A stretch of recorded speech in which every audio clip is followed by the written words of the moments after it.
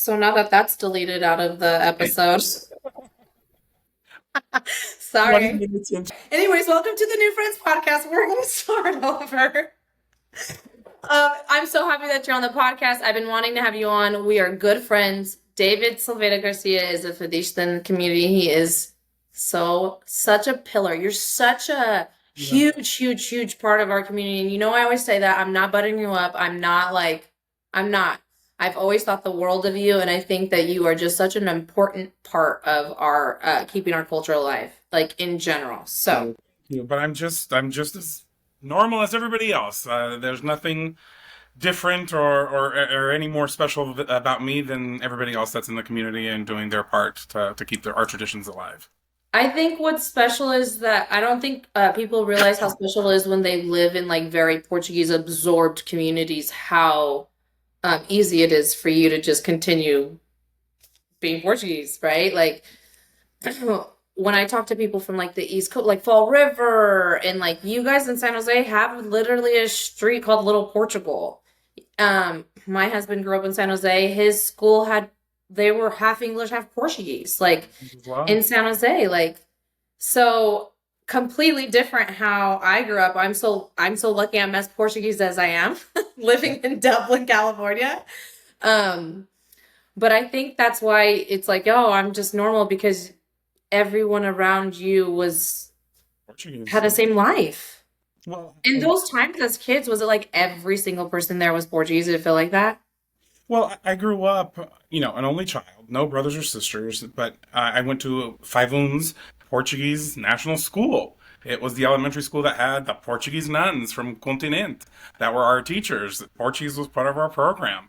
Uh, Yeah. I'd say 80% of the school were Portuguese. And so I grew up all through high school very, very Portuguese. I wasn't really familiar or well known with what the American community was or what it was like to be outside the Portuguese community. So it wasn't until after high school where I was like, oh, there's another life outside the Portuguese community. So But it you is. were born here, Oh right? yeah, You were born, yeah. born and raised Okay. here in San Jose, California. And when your parents came here, how old were they? My mom was 18. My mom was 18. My dad was 24. They Okay. moved 6 months after they got married. They actually got here the day before 25 de Abril, if I'm not mistaken. In 25 de Abril, 50 years ago. They Wow. Oh, so it's like their anniversary too. That's special. They've been here for 50 years now. They just had their 50th anniversary. And so they immigrated in 74. Then I was born in 80. Wow. I feel like half of like all the things that our parent generation came here, immigrating here, like I could not never be that tough and that strong and that brave, like just not speaking any English and coming over to just a foreign country. Literally with the clothes on their back. My dad, less than a year before, had just gotten back to the Azores from being in the Ultramar. He fought in the colonial war. He was in Africa for 2 or 3 years. Came back, and then he actually came out to California in 1970. He had his parents were out here already, and some of his brothers, just to like get a lay of the land because he had never been out here. And Yeah. then he was already engaged with my mom, and then immediately went back, got married, waited the 6 months for the visa. My mom had never left the island of Pico, because they're both from Pico in the Azores. So her All first the adventure other women were probably so jealous of was. her. Oh, yeah. They came out here in 74 and started working, living their lives, and Working for the American dream. And that's what it was in those days. It really was. I remember my mom saying that when they went to the grocery store the first few times, like them filling the cart because it was just so good. Like our economy was amazing and that they felt for the first time like they weren't struggling, totally. rationing food. Even So it's so crazy. even though they weren't necessarily struggling, they saved a lot and they knew, okay, let's only get what we need. Where today it's like, oh, let's go to Costco and the more the merrier. Well, you know what I was thinking the other day? That must be I feel like it's such a European thing. They grocery shop for like the day or the night. Like they go to the markets more so, and like we're over here doing Costco trips for 3 months. Yeah. So that lifestyle is so like loose. I love it. Like you just, oh, hoje fish, you know? Like, let's go over there, let's go get the fish. Then we go get this, go do that. Like, and then go home. They eat dinner at 10 o'clock at night. Back when they So were crazy. younger. That's not the story. No. So your parents came here pretty much like as adults, considered adults here, still young, getting married for your mom, right? Yeah, my mom was Yeah. 18. She's the oldest of And six. so your dad's family was already kind of settled here and everything. So he already kind of did they ever One, go back to live or they were just who- trying it out? my parents? Yeah. No, no, no. No, Their parents, his parents. so no, his parents came over here in the like 69, I believe, 69 or 70, and they came and They stayed. never left. They never left. They've always lived Okay. here. Because And sometimes I heard that that would they happen go back. too. That the No, no, no. They stayed. They loved it. They moved up to the valley. They lived in Livingston. And worked, for the Gallo vineyards. They worked for Foster Farms, and so yeah, they all came those back. factories. I know my mom worked for Mother's Cookies factory and stuff. My mom worked for Kellogg's Eggo waffles and Mrs. Smith's frozen foods. Oh my God, my grandma worked for Atari. How cool was that? Well, you know how many moms worked for Levi's when they first got here? It was Levi's jeans sewing pockets. That was my mom's Oh my first. God, how cool is that? Yeah. You basically were super absorbed. You were only child, so I'm sure it was so much easier because even just me thinking it was being a mom, my first child, I absorbed so much more Portuguese with him. Like way more dedicated to it. So you got like all of it. And then Oh, being absorbed with school and everything. So even up to high school, you still had you were oh yeah. there's still school in So, Portuguese? grade school was at five so kindergarten through eighth grade, and Portuguese was part of the curriculum. And then I went to San Jose High Academy, and that's also where Portuguese was part of the curriculum. And it was part of the International Baccalaureate program. So my teacher at the time, José da Silva, which I think you know, he's pretty involved with Luso and still very active in the community. I took Portuguese there in the International Baccalaureate program and got a certificate in it. So Yeah, yeah, that's cool. it was amazing. I was always involved in the Portuguese community since a little kid. So then you basically were involved with Banda Velha, Portuguese Band of San Jose. That was like your fam like your parents pretty much that was where they parked it, right? We all have So like a home hall. right, right. So my dad, when he came here in 74, he immediately started playing in the band because my dad played in the band back in Pico. And my dad's brother, Vital, was one of the founders of PBSJ and was conductor at the time. And so that's why he brought him into the band. So my dad started playing as soon as he got here, 1974, and he played until 1991 was when he stopped. So I grew up in the band. I mean, the band even threw my mom a baby shower. I mean, that's how Oh, I love it. embedded. Yeah, that's how embedded we were in the band. And so immediately after I was born, it was PBSJ was life.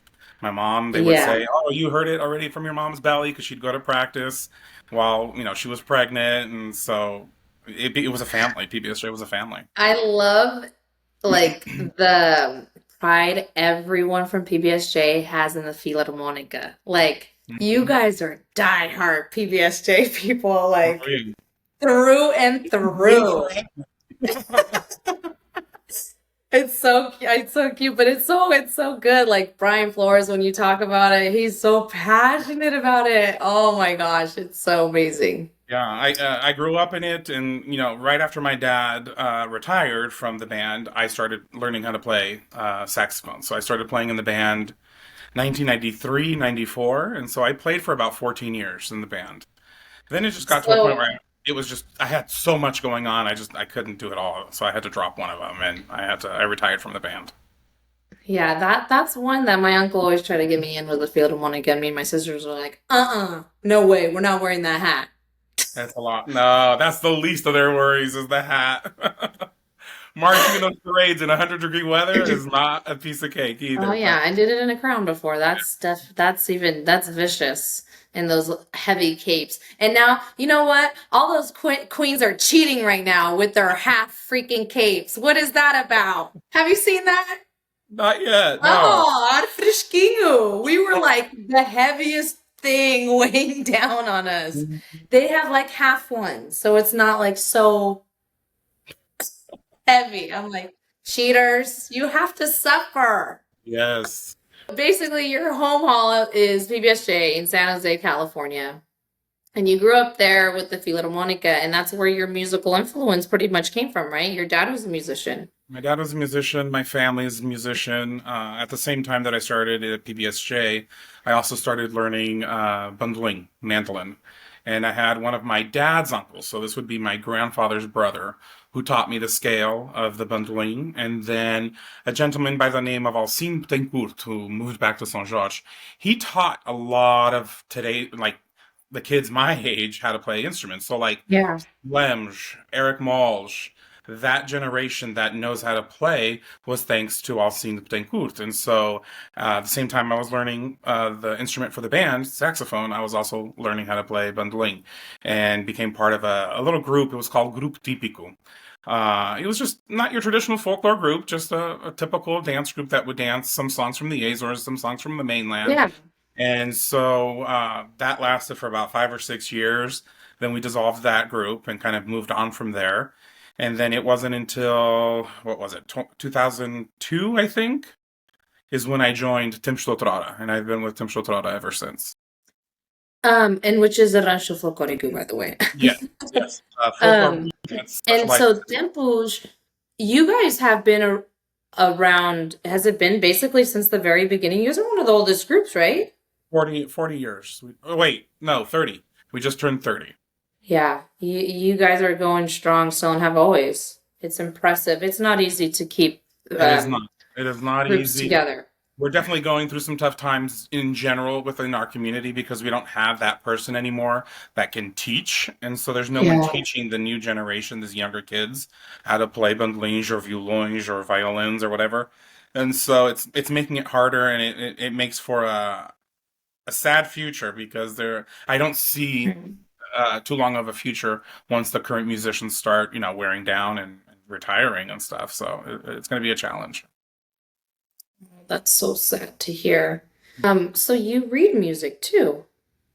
I do, but I was never the best at reading music. I know how to read it. I just remember like the years I played in the band Senor Gilbert. Anyone who was part of PBSJ knows who Senor Gilbert was. A founding musician, amazing player. The guy knew how to read sheet music like nobody's business. Joe would put a sheet of music and he would just start playing that from beginning to end. And so I would just watch him and I'd be like, okay, let me listen to what he's playing. And then I'll go behind him. Unfortunately he passed away, but he played in the band well until his 80s. Yeah, that's awesome. But Yeah, yeah, musicians. I do read music, but it's not my forte. Yeah. A lot of what I play, especially for the Tim Stotrada and even Carnaval and everything else that I'm in, it's all by ear. Well, that's the next thing I was going to talk about. Carnaval, like that's been a big part of your life. Huge, huge. I started Carnaval in 2002, and I've been doing it ever since then, every year. But like, there's been a couple of years that we didn't do dances, but in one way or another, I was involved either with presenting them on stage, or even working on the schedule. Till today, I'm the one that works with Abel Dutra and Kevin Quid, working out the schedule for all the dances for Carnival weekend because Wow. it's so many of them, and so Yeah. it needed to have some sort of an organization, and nobody had stepped up yet. Yeah. It got congested one year, and I was like, no, we need to work on a schedule, and so we established it, and it's been going David to the rescue. He's like, great. no. Okay, let's organize this. That's literally how it happened. The first Yeah, year we well, when you've been a part of so many organizations, you're like, no, no, no, no, no. I can come here, this is too crisscross fixed. Let's applesauce, and fix we'll it. be good. I didn't know that. So, is there like a board now for Oh no, Carnival? no, no. We don't want to make it official like Like that. a political thing or It's very whatever? loose, very open. We work out the schedule because we perform in like the Bay Area, the Central Valley, the Turlock. Sorry, Central Valley is Turlock, but like in the southern Central Valley in Tulare and Hanford, and then we go to Artesia and Chino. And so that's a long distance to be performing in 3 days, 2 days, 3 days. And so a schedule needed to be established. So what we do is just we line up the time slots, and then it's a raffle. It's wherever you land, and it's all by luck. So we keep it very democratic and very And then we adjust it if anyone needs special accommodations or anything like that. But this way, it just makes it fair, and then it helps the groups because we don't have to go to a hall and wait 5 hours to perform because I've had to do that. Yeah. And then it also helps some halls not sit there for 4 hours with no dances, just looking at the walls waiting for someone to show up because they're all Yeah. bottlenecked at one hall. So this makes it a little bit more smooth and organized for that weekend. So it's been great so far since we've done it. But yeah, so Carnival. So do you guys practice for Carnival weekend and then you don't perform again till next year? Right. So years ago, in the early 2000s, we used to do three, four dances. It was a dança de espada, the sword dance, which is a drama. And then we would have the ladies dance, the teenagers dance, and then the men's dance. But we'd start practicing in August. Carnaval is usually February, March. And then we would start performing in January and go from hall to hall with all the four dances that we had. We would charge at the door. It was a show that we would do. That was a lot of work. And so not a lot of other groups would do the same thing. That died out. So right now, dances strictly just perform Carnival weekend. So we'll Yeah. usually start rehearsing mid-December and then just practice up until Carnival weekend. We perform that weekend and then it's done. Some dances have the opportunity to go to Canada. Our dance group went to Canada for Easter. So how we do Carnival here on, Fat Tuesday that weekend, Canada does it. Their strong suit is for Easter weekend. So that's where they do all the dances, go around their halls on Easter weekend. So we've gone to Canada twice. Oh, We've I gone was gonna say that. Yeah. we've gone to Chile twice. I just got back from Chile I this know. February. Was there for Carnival. That was amazing. So yeah, Carnival. It's a lot of work, but it's the best 3 or 4 days that you'll have. It's the best laughter, the best time you can ever imagine. David's group is so good. Don't, he's so modest, but like you guys, I literally would tune into the live streams specifically to watch you guys. Well, obviously, you guys are all a lot of you guys are my good friends, so I want to support you guys, but so good. So, I have to ask you something about Carnival because I feel like you had a year where you were super controversial. Well, our dance tends to be controversial every year. Yeah. So, this is how I feel like. I feel like you're such a put together man. Like you're always dressed to the nines, you're polished, clean, like you're just a professional person to work with. Like there's no funny business at all. Mhm. But then you do these very controversial things. So, It's not drama. Carnaval has a saying: Carnaval é Carnaval, ninguém leva a mal. Meaning, this is Carnival. We're all joking. It's satire comedy. It's a it's a perfect opportunity to poke fun. Because the other thing that we have to think about, like all the fun that we've poked, we don't necessarily say people's names. We don't Yes. call them out Yeah. Yeah. directly. We just lay the groundwork and let the audience put the puzzle together, Yeah. and we usually make it in a way where they can easily put the puzzle together. And a lot of that is all joking stuff, and it's all stuff about our community. It's stuff we see every day on Facebook and in our lives, and so we just poke fun at it and have fun with it. And yeah, some And people don't I like think it. that's what makes it too. It's such an element, especially with you guys, because you guys literally talk about like little funny things that happen within organizations, and you think you take things that were so much drama, lay it out on the table, and have people with their jaw open, can't believe you brought it up. But then it's like you just laughed about like the stupid drama we And all that's what had, we have to right? do. You have to laugh about it, and that's what Carnival is all about. You just have to laugh about it. The dance that I'm assuming it's the one that you're questioning Yeah. was the year we did nuns. We were all dressed up as nuns. Yes. That one was probably the most controversial one, but that was the best one we've ever done. I think Yeah. it was one Yeah. of my favorites because There not was just gasps yeah, there was, but in the audience. it's not just the content of the script that made it good. The music was amazing. The singing was Oh yeah. our costumes, the fact that we were all individual different nuns from different orders. I mean, it's just the imagination and the creativity behind that made it just a great dance. I can say that about many other dances that are here in Yeah. California. Yeah, everyone does such a great job, and it's such a variety of dances, a variety of styles of Carnaval, and it's great because you get a little bit of everything. Yeah, I remember, God, I don't even know what years that was, but I was like, please let me be in your group. I've never done Carnival, but you guys look like you guys are so fun. And you guys are, no, boys only. Yeah, ours, we've been always doing it since 2002, and it's always been men. But the dance you're talking about was in 2010. I can't believe it's already been that long, but it was in 2010. Long time. So, or you're still doing it. It's not something that you stopped doing. Yeah, I mean, our group hasn't done anything since 2018, I believe, was the last time we did it as a group. 2000 or 2019, I believe it was. We didn't do anything in 2020. Um, Things happen for a reason. I think that was a great. I look back at it. Yeah, I'm sad I didn't do anything at that time, but my grandmother also died on Carnaval Sunday. Oh, So I had an opportunity to be with my grandmother during that time, and if I was in a dance, I wouldn't. yeah. So I would have missed that. So things happen for a reason. And once you take 1 or 2 years off, it's very hard to get the group back together. Oh, I know. And then, pandemic came, we didn't do anything. And then, 4 years all of a sudden go by, and some of our members are now married, they got kids. Life is a little bit different, and it's a little bit more challenging to dedicate time to rehearsals. And so this year we were about to do something and kind of fall through, all jobs, vacations, whatever. So it didn't happen. And then immediately when they friends of mine from Chile found out that we weren't doing anything, called me literally Christmas Eve and said, buy your tickets and come over and dance with us.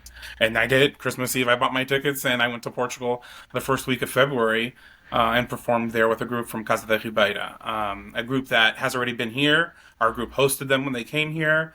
When we went there, they hosted it us. So there's a lot of, I don't even know how to say it in English, intercambio. Um, how would you Like, translate kind of that? like feeding each other, like back and forth, like camaraderie kind of Like thing. a Like, pen pal type of thing where ah, you receive us, we receive yeah. you, and we exchange friendships and stuff like that through that connection. And so, yeah, went there and performed. And I think that also left a kind of o bichinho, like that little bug in everyone in our group, and be like, oh, we're sad we didn't do it. Great. So that means next year we have to work harder and make it Yeah, happen. there's no little So we're going to do fire. it. No Uh, excuses. There's a little you fire. can Played mandolin out there and sang for Nice. the dance. That's such a seems like such a fun instrument. I wish I could It is. play. It's a lot of fun. It's all by ear. I mean, everyone's like, "Oh, can you teach me?" I was like, "I can teach you the scale, but then everything else you have to use your ear and Yeah, search." Yeah, it's yeah. hard. You're lucky you learned it young, because then it's like something you'll never forget. Yeah. Well, well, then we come into the father world, right? Like you were absorbed in just the Portuguese community, and so much music was around you, and all of the things that you were already doing with the Hmm. Philharmonica, with Carnaval. You were just so absorbed with music and like kind of like theater in a way. Yeah, it's exactly what it is. It's Yeah, like so popular you theater is what they refer to it.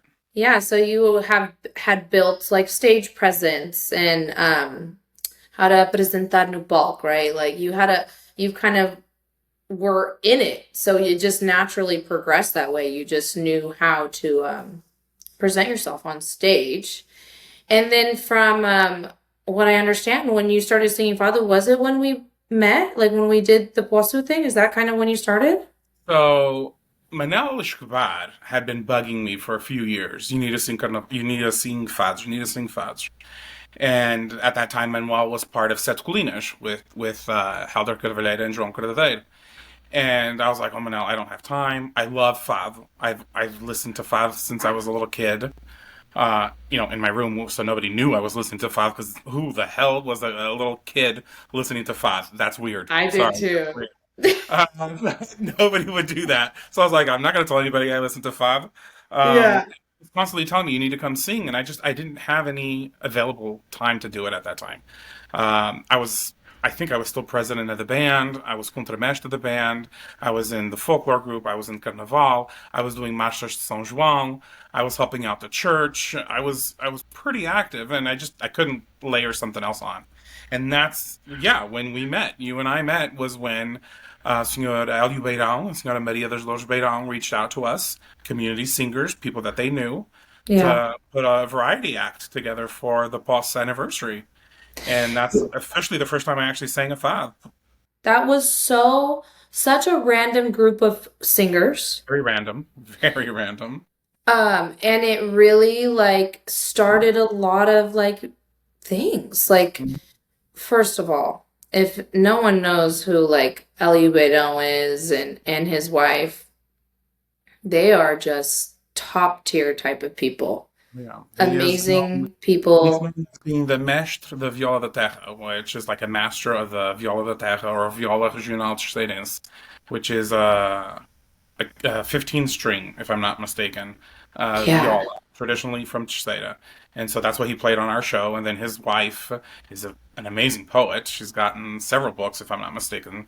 And so they're a dynamic duo, and they The opened up the platform sweetest. for a lot of our youth at that time. You And being that one. was their thing. They wanted it to be kind of about the younger generation doing these things. They picked the songs for us and they were very like they really picked a song for us, for each individual singer that they thought would this we thought this would you would be perfect for this and that. And it was just fun. We all met up and everyone kind of sang little songs for them to get to know our voice. It was so innocent. It was so innocent and pure, like so we were all so young in that time, but it was I fun. still have videos of those. If you go on my YouTube page, they're there.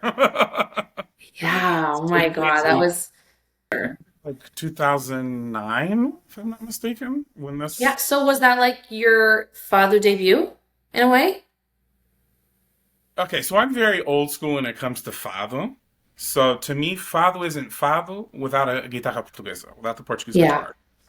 yeah. So yes, viola. He played the viola Stradins. That's the closest you're gonna get to a guitarra.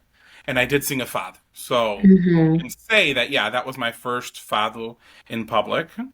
And yeah, it was after that show. Manel Escobar saw me, and he was just like, "Yeah, I'm not accepting no for an answer. You need to show up at my house on Wednesday, 7 o'clock. We'll be there." And that's when I met Sete Colinas, met Helder, and met João Cordeiro, and started my fat singing. And it was treated just like American Idol. They're like, "Prepare 3 songs and bring it." And I sat there. It was just like American Idol. And then I wouldn't say they laid into me, but then they were like, you need to do this, you need to do this, you need to fix this, and let's try it this way. And this is good. This is needs a little help. And it just started growing from there. And every week I was showing up, and boom, started Yeah. having my first gigs. A lot of people don't know that side of those guitarristas where when they basically brought a lot of the fadistas up along with them, they were really truly teaching all of us so much about fado and the history behind it, who sang it, what year, and if we were saying something not right, right? Like um, they wanted to stay really true to fado and not disrespect it as well. And we were able to like just absorb so much knowledge from them. It was a really nice ride that they were able to give everybody. Well, they were Because very without them, where would Father be in the community? completely. And, their honesty is what kind of, led a lot of these fadistas that we have now, moving up because, we're there to learn and I'm constantly learning. And so if I'm Yeah. doing something wrong or saying something wrong or not in the right key and someone's able to call me out on it and say, hey, let's try it this way or try doing it this way. And I'm learning from that. Hell, that's what's going to make us better. And so they've done that with a lot of people.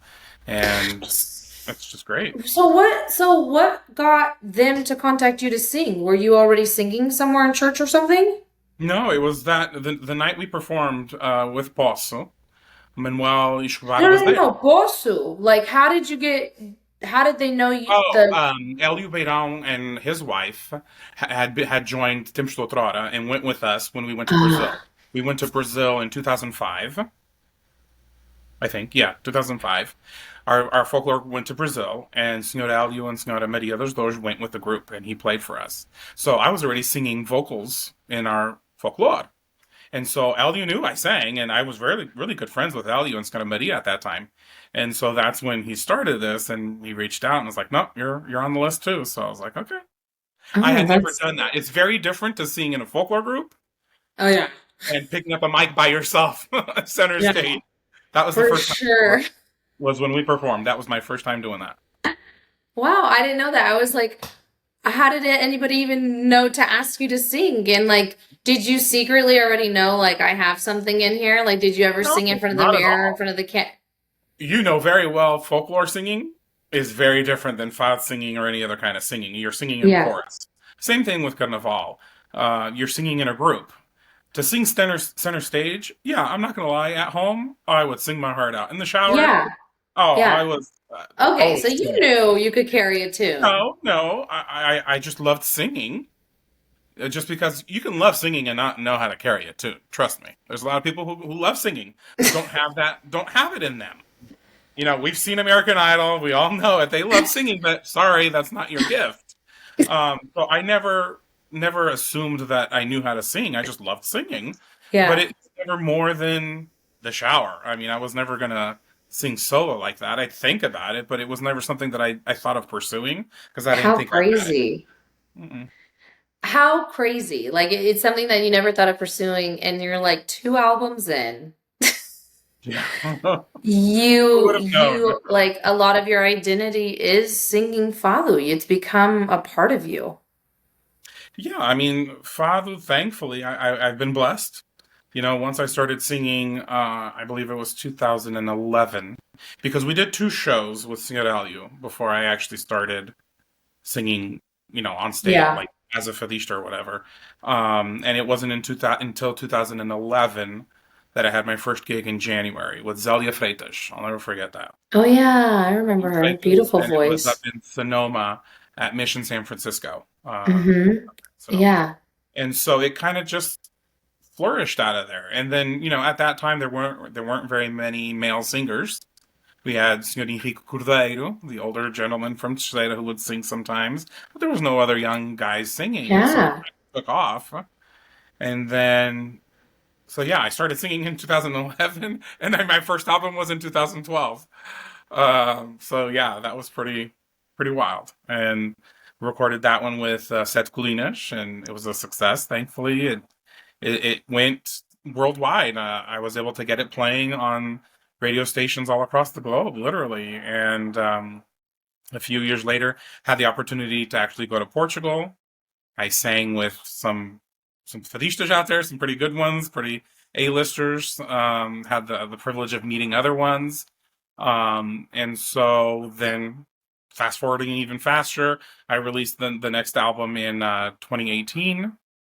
And that one took me up even further, got me to go to actually perform and release it in Lisboa on Radio Amália. Got to go to Canada with it, went to the East Coast, went to Hawaii.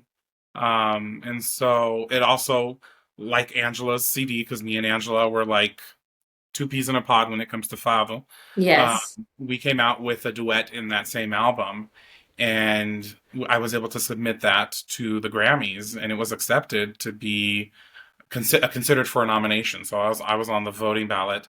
Angela, I think, was on it either the year before or 2 years before when she released her, Yes. and then I submitted mine and was accepted as well. So that is just never So thought, never thought it was going to. yeah, the coolest thing. Well, that's what I'm saying. You started not even realizing oh, I sing. I guess I have this talent into so many accolades. I'm like Radio Malia, like that's huge. Um, just being from here, born here, and being able to have that experience singing Fado in Portugal and being treated so well, that's amazing. So I like That's telling the story. scary, right? That had to be Extremely scary. scary. So it was in 2013 when I went there, and I met Carlos Macedo. Carlos Macedo is also one of my fadistas that I really love. He's a gentleman who not only makes, like he physically makes his guitarras, but he also writes poetry, writes the fados, and sings fado.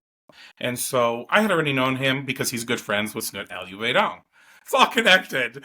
And It's so all we had been connected. chatting online, and I was like, "Oh, I'm going to be there. I'd like to meet you." And he's like, "Come to this fad house. It was Café Luso in Bairro Alto. Come to the fad house on Sunday. I'll be there. We'll meet you in person." I walk in, and he immediately takes me to the back room, this little teeny room.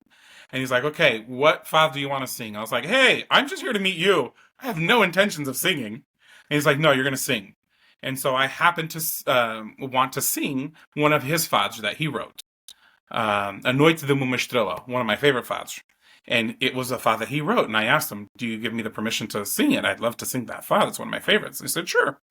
So I go out, they dim the lights. You're brave. How And, oh, trust gutsy. me, my legs were shaking. I could barely sing. Gutsy. And then I look out and I was like, I know this person. And I looked at him and I was like, "Is this Celeste Rodrigues? Amalia Rodrigues' sister?"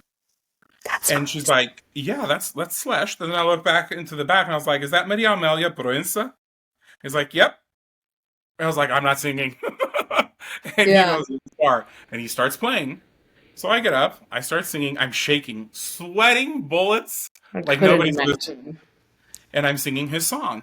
And I finish, they clap, and Senhora Celeste Rodrigues stands up and points at me. And I was like, "Okay, the tomatoes are going to start flying right now." She's going to give me an earful. Oh my God, And how she goes, scary. "Quem é que escreveu esse fado? Who wrote this fado?"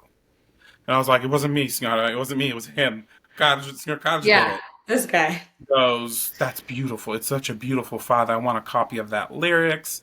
And it's so very well entregue, very well, what's the word? I think in Portuguese a lot of times, and I can't think of the words in English. Yeah, like It was well interpreted, yes. what she said. And she got up and came and gave me a hug and a kiss, and then did the yelled out "A Fadista," which is your traditional baptism of being a Fadista, is when someone yells it out, "A Fadista." And I almost died that night. I was like, "Okay, I can die right now, a happy man." It was just out of this world, out of this world. Wow, what a wonderful story. Thanks for sharing that. That is so Mhm. cool. And Once in you know, a lifetime. it is, and that's one thing that I encourage the younger generation right now that are all singing fads. You need to go to Portugal. Fads is wonderful Yes. here, and it's not to knock fad at all. Performed in California, it's great. But once you go and do it in Portugal, it is a whole It's other. a whole different, it's just a whole experience. And Hmm. when you some like especially like in Alfama, you'll be walking through And you hear it through the walls. and it's coming from like down low, right to the side, up high. Like there is little tavernas everywhere, and you're like, oh my god, oh my, and they're all so good, so good. It's Well, like, it's funny you say that because they would tell me that, and I was like, That can't be true. This is an exaggeration." And no, you're walking the streets of Lisbon, and it's literally Mhm. coming out of the sewer, or it's coming out of a window. You're like, "Where's the door to this place?" You can't even Well, find they're your getting the tourists for dinner and all that stuff, you know. So definitely is a great tactic for the tourists because of course the tourists want to see a way. noite Of de course. fados, right? Like yeah, a fado night basically. And then there traditionally no microphones. You're in these taverns that have like chef's kiss acoustics.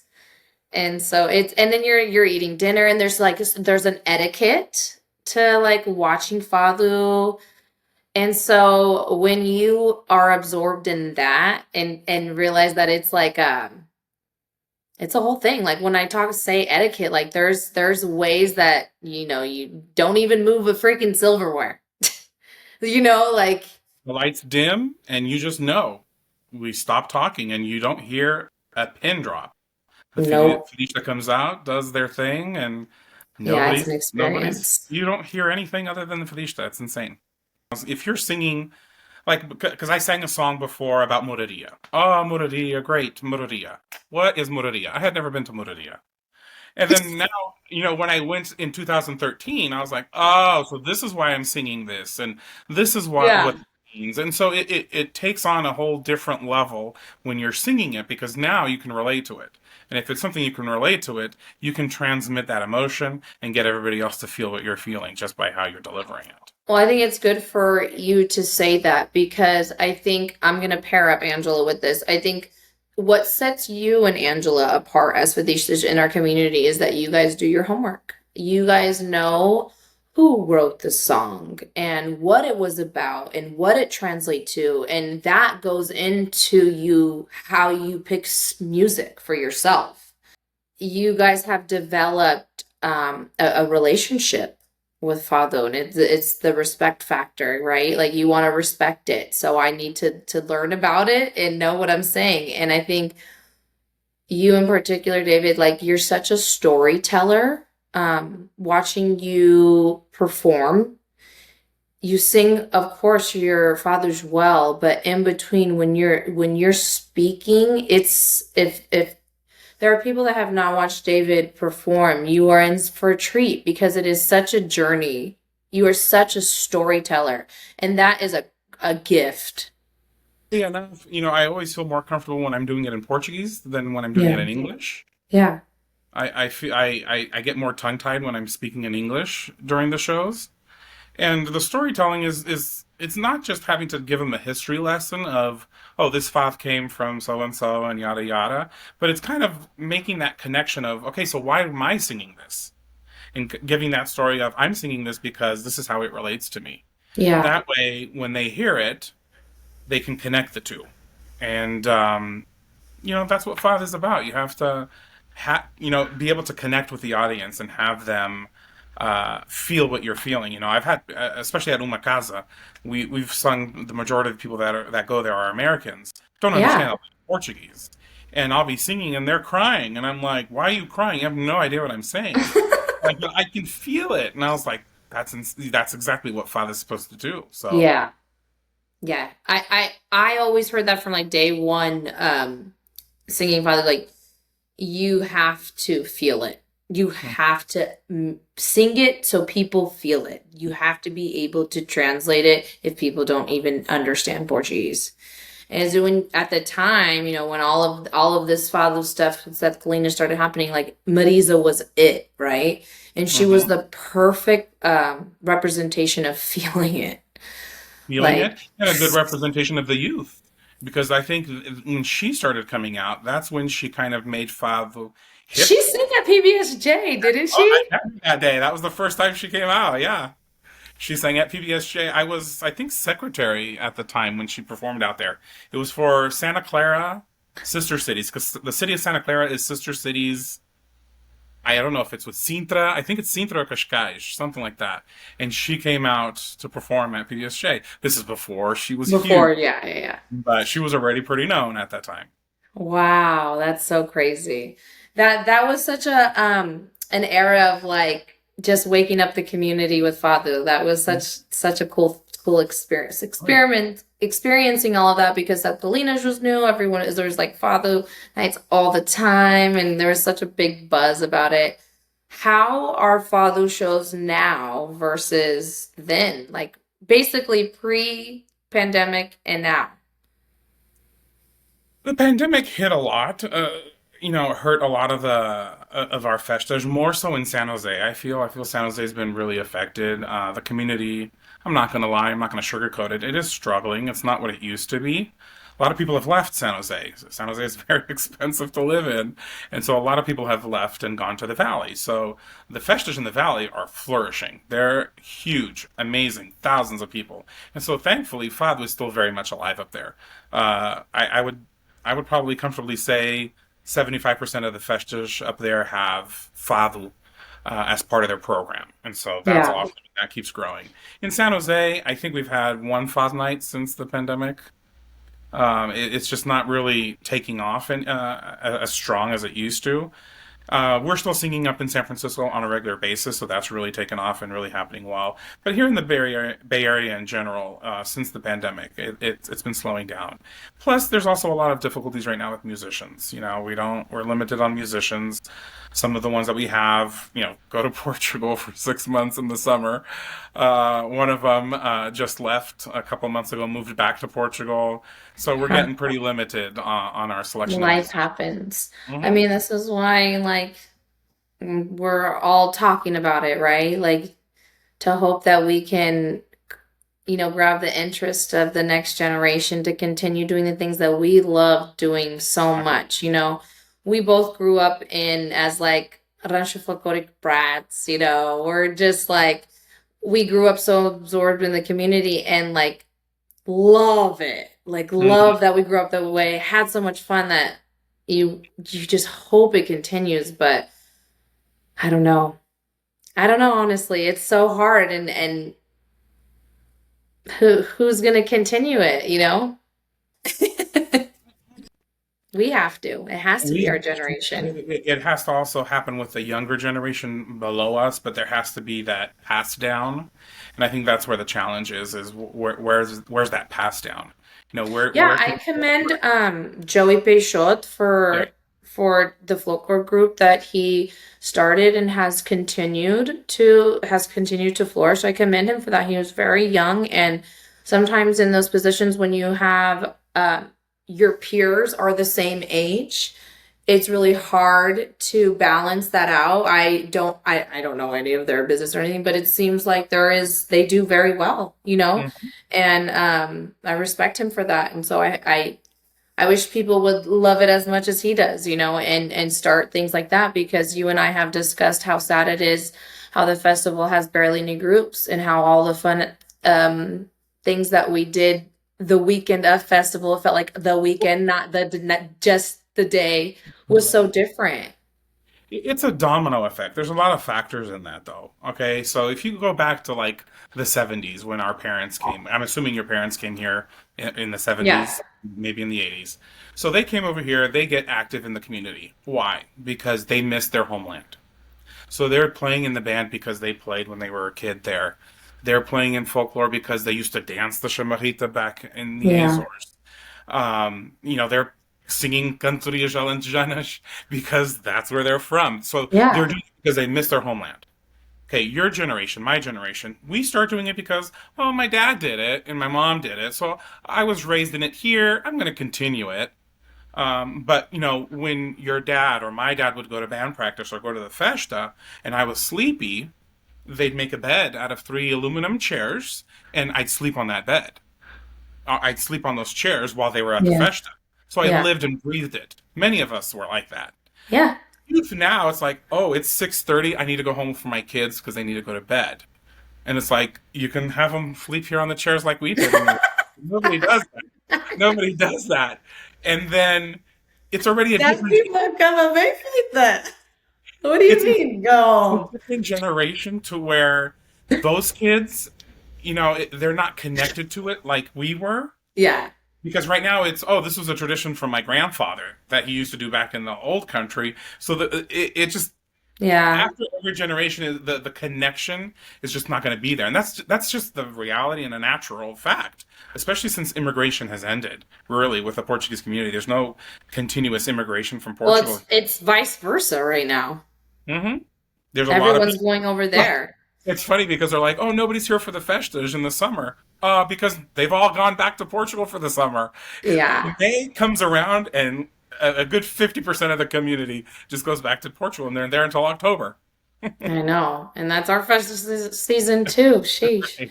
And everyone wants to get the opportunity to do something over there, whether it be sing, play, or even just go to the festival. I can't wait to go to the Sotage one day. One day, my husband and I will do like a week and week, both, because he's also never been to the mainland, but my Okay. sisters have been. I would love to go. Looks gorgeous. Oh, it's so much fun. And it's good to go Yeah, with a group of people so then you guys can all hang out yeah, yeah. and He's just been, but I haven't been. it's a lot of fun. So I'm gonna bring up like a little controversial thing about a song that you wrote that kind of I feel like it was a little buzz in the community for a little bit when it came out. Mhm. Can you tell us about what prompted you to write something so powerful? So, Hey, what's the back name of the song so people know so then they know the tea of what we're talking about? Go Fado, download the song on iTunes right now. Fado Igualdade, or Fado Equality. you know, during the whole pandemic and the political uproar that our country was in at that time, 2020, 2021. It was a nightmare out there. It was scary. We were going through Yeah. scary times. We were all in quarantine, not really talking to anybody, not sure what was going on with our world, with our country, the political nightmare, the drama. It all became, with Facebook too, very engulfing. I was very vocal about the politics at that time because once your personal rights as a human are being questioned, then you start becoming a little bit more vocal. And so it was concerning for me. And so at that time is when I was like, okay, was working with Helder. Helder's like, we don't have any performances. Let's at least to keep Fav going, let's create some original songs. And so we actually created a few of them.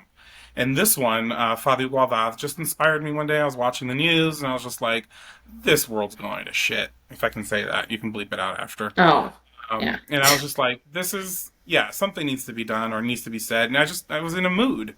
And I just sat there and started writing this song, Fali Wava, that kind of touched on a couple of things that happened throughout that year. Yeah. And, between racism and immigration and Hmm. sexuality, orientation. I mean, all Hmm. of it, it kind of touches a little bit of everything. Hey, some people liked it, some people didn't. I did Yeah. it for myself. But You you like knew that that was how it was gonna go, Oh, right? I was not surprised at all. But the fact that it got a reaction already means that, hey, someone heard it, someone got the message, it was delivered. So they sometimes say, what bad press is still Oh good press yeah. Bad or something like publicity that. is good Bad publicity publicity. is publicity. I don't even look at it as publicity, but it's like the message got delivered, and the fact that some people didn't agree with it. Hey, let's open the dialogue. Let's talk about it. But at least it got some buzz out of it. So Yeah. um, I don't And regret anything. how did, well, clearly you wrote it with Elder, right? I wrote the lyrics, and Helder wrote the music. How did he feel about He loved this?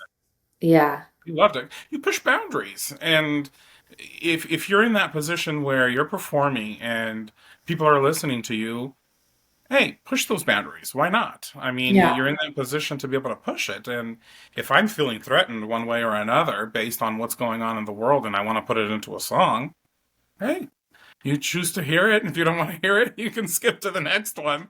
But it didn't Yeah. prevent me from getting the message out there. And yeah, it's gotten some I don't want to say backlash because that seems like a lot, but it's gotten some buzz out there. Yeah. But it's been played in Portugal, and I've sung it in the East Coast and in Canada and in the Azores. So it's got a good following, and people like it. And I've gotten Yeah. some comments that were like, "It's a good message that needs to be said," and we used that platform to be able to say it because a lot of the traditional fads, it's about a lost love, and it can get pretty monotoned or similar in the storytelling. And I was like, hey, no one's really written anything about this. This is what we're in Yeah. the middle of right now. So let me express what I'm feeling.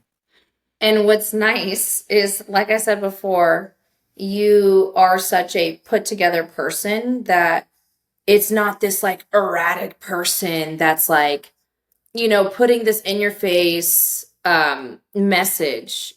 You're saying it with so much clarity Hmm. and conviction. So it is a message, definitely is a message, but also it was so taboo for you to say any of those things. I mean, you really grew up probably harder than I did because you were so submerged in the Portuguese culture where people assumed and judged and talked about you for a long time until you decided it was your time to say what you needed to say. And I'm so proud of you for not only like, being who you are and not saying you weren't being who you were, but not being as private, and being so, I don't even want to say like brave, right? Like to be like this, um, you just broke a boundary, I think, for a lot of other people that are struggling. Right. And it gives them something to listen to because there's nothing else that they could hear on the radio like that. And being in our culture, for some reason, it's frowned upon. to be gay. So for you to be such a, I hate to say it, but normal person, and to be put together and to show that like being gay didn't mean wearing tutus and having the flag all in your face or anything like that, that it also looks like this. And Well, do you, you it's funny that know, you mention that because, yeah, that Fav equality does talk about, not having to confine yourself for love. Love is love. Um, and not having that automatic judgment of who you are based on off of who you love. And interestingly enough, that was not my coming out Favu. My coming out Favu was with Angela. It's our oh, duet. you had one? I It's didn't know. and Like you see, had like a thing. well, if you listen to the lyrics of this Fado, there's a music video. Check out YouTube, David Silveira Garcia. You'll see it there. That duet that Angela and I sing, the name of the The one you song, guys are at the park. the name of the song is "Tão Diferente, Tão Iguais." It was We're so so cute. different, but yet we're just the same. And if you listen to her lyrics, especially the ones that she's singing, she's like, "I don't care if you're different. I still love you for who you are." That was the coming out song. And so that was the first time I Did actually people came get out. it? I don't know. I don't know. A lot of Yeah. people love that song, but I think it's Because I just think a lot of people that were it like, these two didn't are do in very love. well. Now, if you really listen to the lyrics and you're paying attention to those lyrics, I believe I have a translation to them on the YouTube channel.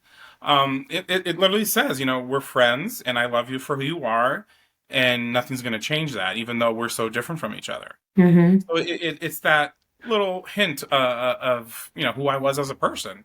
And at that time when it was released, that's when I had just recently come out. I came out very late, and Yeah. so I was like, how am I going to do this with the Portuguese community? Because Yeah. the Portuguese, it's one thing to come out to family and friends, but then as involved as I was with the Portuguese community and still am, that in itself was another hurdle. Yeah. And So so nerve wracking. again, I used the platform I have, Fado, to be able to do that, just like I did with Fadi Wavaz and talking about other political, controversial, topics. I did that with Tão Diferente, Tão Iguais with Angela's help. And that's kind of when it came out. And so, interestingly enough, the day I did my CD release, that's the first time I sung it in person, in public, with Angela. And that was actually the first time I brought my now husband, Brian, with me and presented ourselves as a couple in public, was the day of my release. And so it was a lot of first time, events happening all at one It was time. almost like this buildup of nerves, but then weight lifted off your shoulders. Buildup of Yes. nerves, weight lifted off your shoulders because it's like finally at the same time. You get tired, you know. I love the Portuguese community, but it's also a community that has a lot of expectations of us Yeah. as people who are already involved, uh, as how we should live our lives. And so it was nerve-wracking being able to come out, not just to my family, but especially with the Portuguese community. And, at the point where I was, where without sounding egotistical whatsoever, but because I was so involved in the community and was already singing fudge for like 10 years, people knew who I was. So I was like, okay, now how do I drop this? But I think most people already knew. It wasn't a shock, it wasn't a surprise. I have been still welcomed and Yeah. appreciated, supported with open arms. I'm sure there's others out there that talk, but I don't know about it, so I can care less. It it's obviously not affecting how I live. I'm living my life because I love my life and it's Yeah. great. So yeah, Well, I use congratulations on getting married.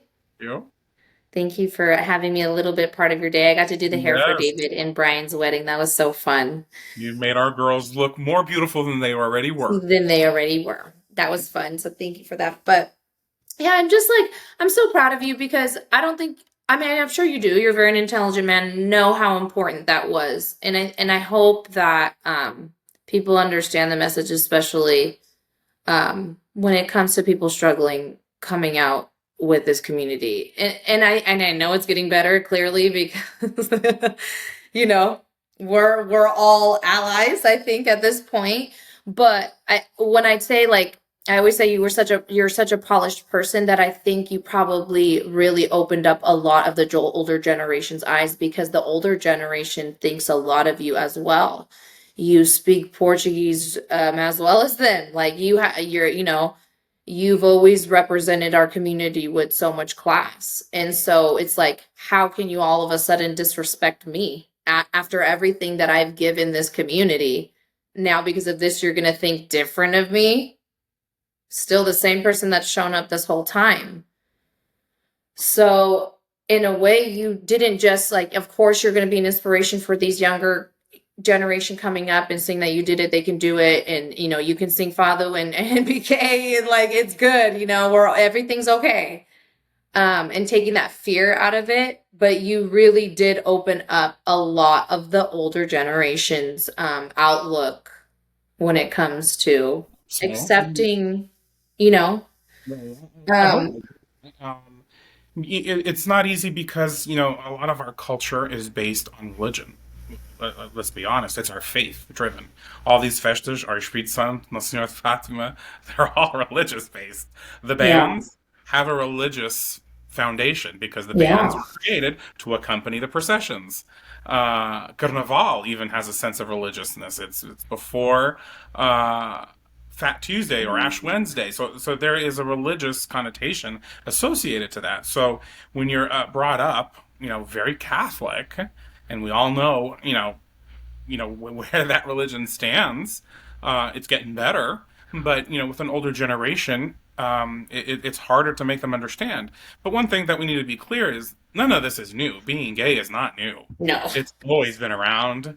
It was just more shun upon because it was something that wasn't, normalized. And I feel like nowadays it's just part of life. I'm living my life. Yeah, I You're hope we living. get to a point where no one has to have a coming out, right? Like where it's we don't have to have this expectation of coming out. I don't think you ever in your life ever told me like, "Hey Sylvia, I'm gay." Like I don't think it was ever a conversation for us at all. I mean, I think you already knew I love you no matter what.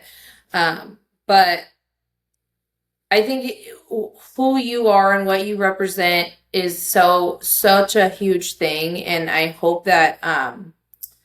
really hope that people have more courage when they see what you've accomplished and what you've done, and the dude had a lot of courage doing what you did, you know.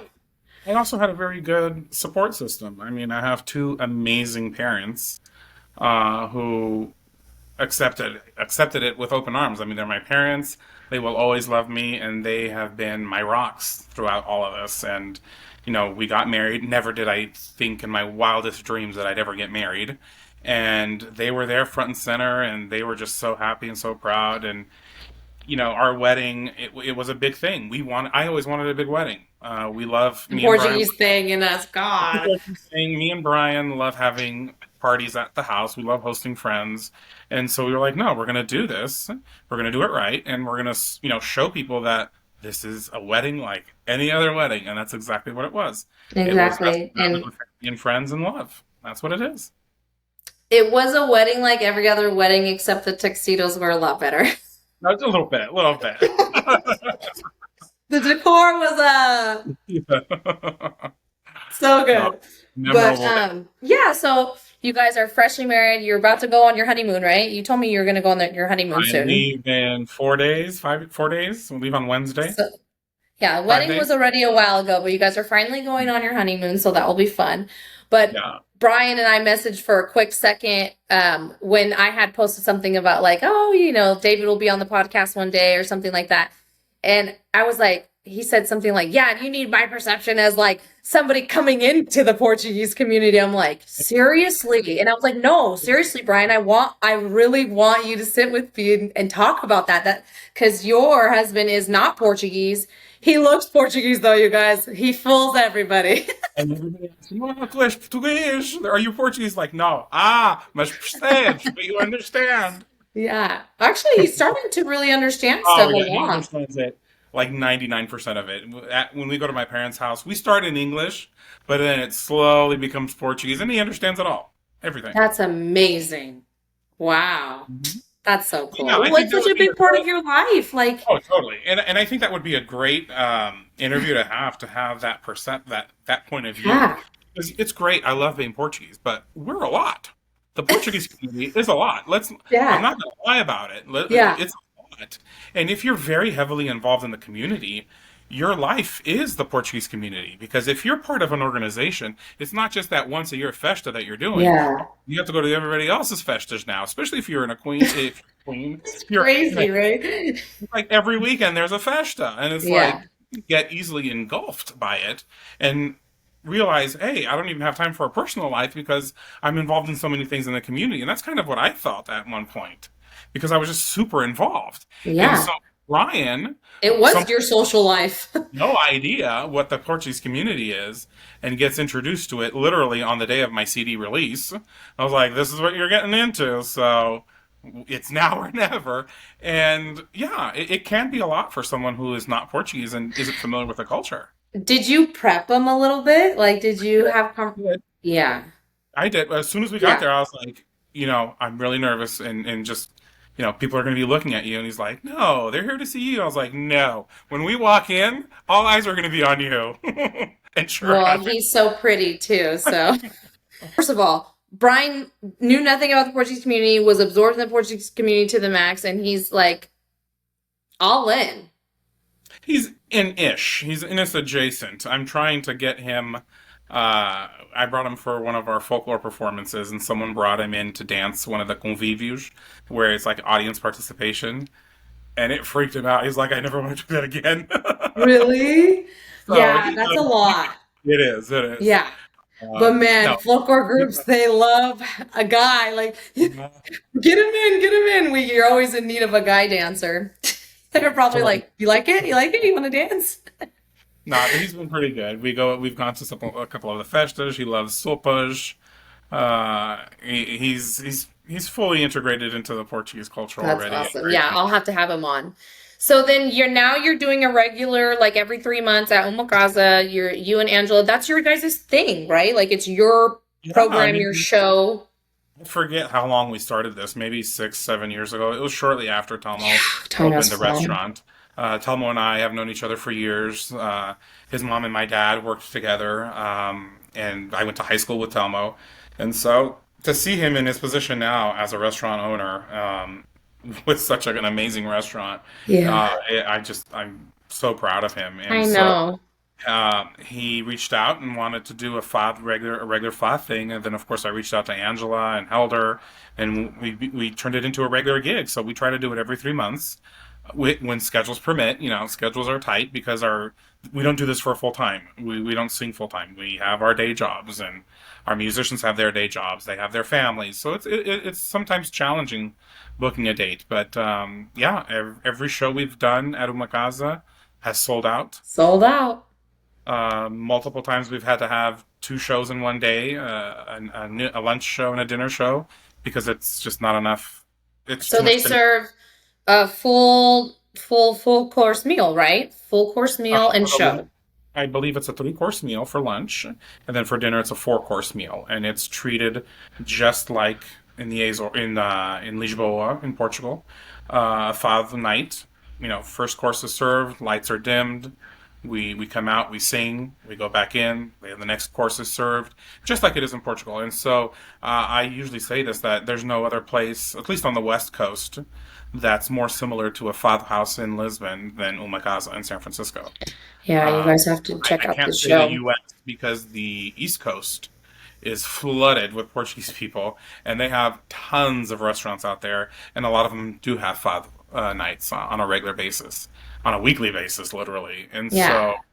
so, um, Yeah, so yeah, you and Angela are basically the house Fadistas, yeah, and then you guys pick always somebody to sing with you guys every time. A every new show person, a new we face, bring a which new I love that. We've almost circulated, I believe, all the favistas within California.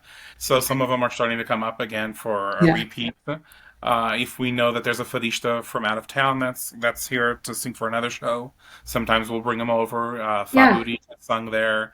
My cousin, who sometimes sings fads out in Portugal, she was here one year. She sang there. So If we know someone's going to be out of town, we'll usually schedule a show and have someone from Portugal sing there as well.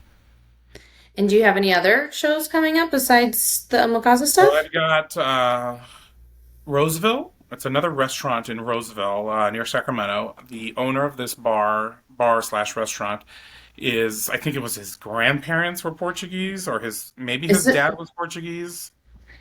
Al isn't the Santos. name very Portuguese or something? No, it's Gooseport. Nothing Portuguese. Oh, it's not that one then. I was And thinking. so he started a couple years back, right before the pandemic. He started doing some 5 nights there. And so we've got another one scheduled for July, and then we have another one scheduled for Oakley. This will be the first time I'm performing in Oakley, and I think Joey has his hand in this. Joey Pashot, he's the one who organized, I believe, Nice. this 5 night for Wow. I think it's September, if I'm not mistaken. Another one to look out in the community. He's trying to make some Mhm. strides, and he's a generation below ours, so there's some hope for us.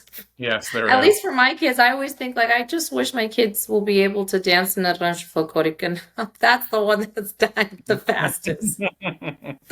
Over here, though, like I get so jealous when I see the big vocal groups from the East and like from the East Coast and stuff, and I'm like, how do they have so many dancers? Community is just much closer to each other. We have more Portuguese in California I know. than any state in the East Coast, but the East Coast put together has a bit more than the West Coast. But the difference is the East Coast are all really snug together, all Yeah, within yeah, a couple of states that are just with at most maybe an hour distant. Where here we travel 6 hours to get to another Portuguese community at times, so we're very spread apart. And so it makes it a little bit more challenging to get the community together. And yeah. again, it's a dying community. That's the reality of it. No I immigration, know. I different can't cut generations. that out because that's the reality. So, Unfortunately, lastly, do you do you feel like you'll do another album? no, I can say Maybe that. songs, maybe put some Uh, songs out there. yeah, like I had mentioned before, during the pandemic, we put out some songs, several songs. One of them, Rainha, entitled Queen, which paid homage to Amalia Rodrigues for Yes, her yes, birthday. yes. That was part of a big project from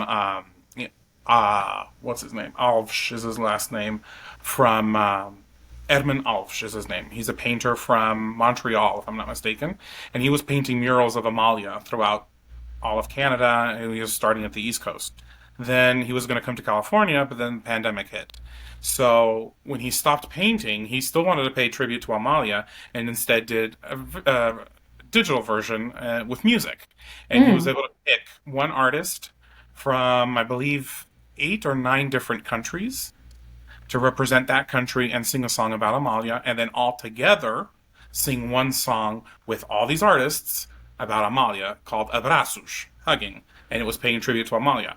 So I was invited to represent the I United didn't States. know that that Amali song was all had that all in. Oh, wow, I didn't So know that. one album that he created called Abraços, he created the song. So all of these artists play a portion of this song. I'll send it to you after. And Okay. so I'll sing like a verse or two in that song along with 7 or 8 others from all around the world. Yeah. And then all those artists contributed with one song original to them to be part of Hmm. this album. And so that's when I created, alongside with Violinda Dão, which I know you know very well. Yeah. So we both co-wrote this Fado Rainha, where Helder did the music, and then we recorded it, and then did a video that his son actually videoed. And so I think that's where it's going through now is online videos, online music, some originals. The thing of doing a CD, number one, it's fading. Nobody who has a CD, I don't even have a CD player in my car anymore. It's all online, Yeah. and in order to actually make money off of music online, you have to be like a Marisa or an Anamora or a Taylor Swift in order to actually make money off of that music, and it's very expensive. A Hmm. lot of artists in Portugal and the Azores have a lot of help, a lot of subsidies from the government that help them. Here we don't have that. If you want a CD, you're going to pay out of it with your own pocket, and it's not cheap. The No. two albums I did were not cheap. And so you end up recovering it on your shows and stuff. But today's day and age, 2024, no one's really buying CDs anymore. And so No. it's not really worth it anymore to invest into that kind of a project unless you really make it big and you're going to, sell millions of CDs. Yeah. Well, So if anybody wants to buy your all your stuff's on iTunes. I know I bought it on all my stuff is iTunes. on iTunes. It's on YouTube. It's on Pandora. Any music Both albums. on there. Both albums are out there. Yes, and as well as the new songs that I released because I released Rainha, Fada Igualdade, Negra Solidão, and I think there's another one, but I can't even remember. There's been quite a few that we've released, so You've done I think so much, that's the, David. that's the future. You should be so proud of yourself. You've accomplished so much Thank you. Thank you. in No, yeah, this little father world. I've accomplished is thanks to the Portuguese community because Yeah. a lot of support from them. Uh, I've made it this far because I've had their support. They go to the shows and they support what I'm doing, and so it's thanks to them. I couldn't be there You're without them. so easy to love, David. Oh, thank you. Well, thank you for coming on the show. I'm hoping that everybody learned so much. I learned a little bit more about you, and I hope that everyone loves my friend David because Yes, I he's love you the all. best ever. Love you so I'm so much. happy that you were able to share all that with me. Thank you. Thank you for having me on here. It's been great. We've been talking about this for a while, and I've I been know. following podcasts. You're amazing. I'm so proud of how far you've come as well and what you're doing, and couldn't be more excited for you.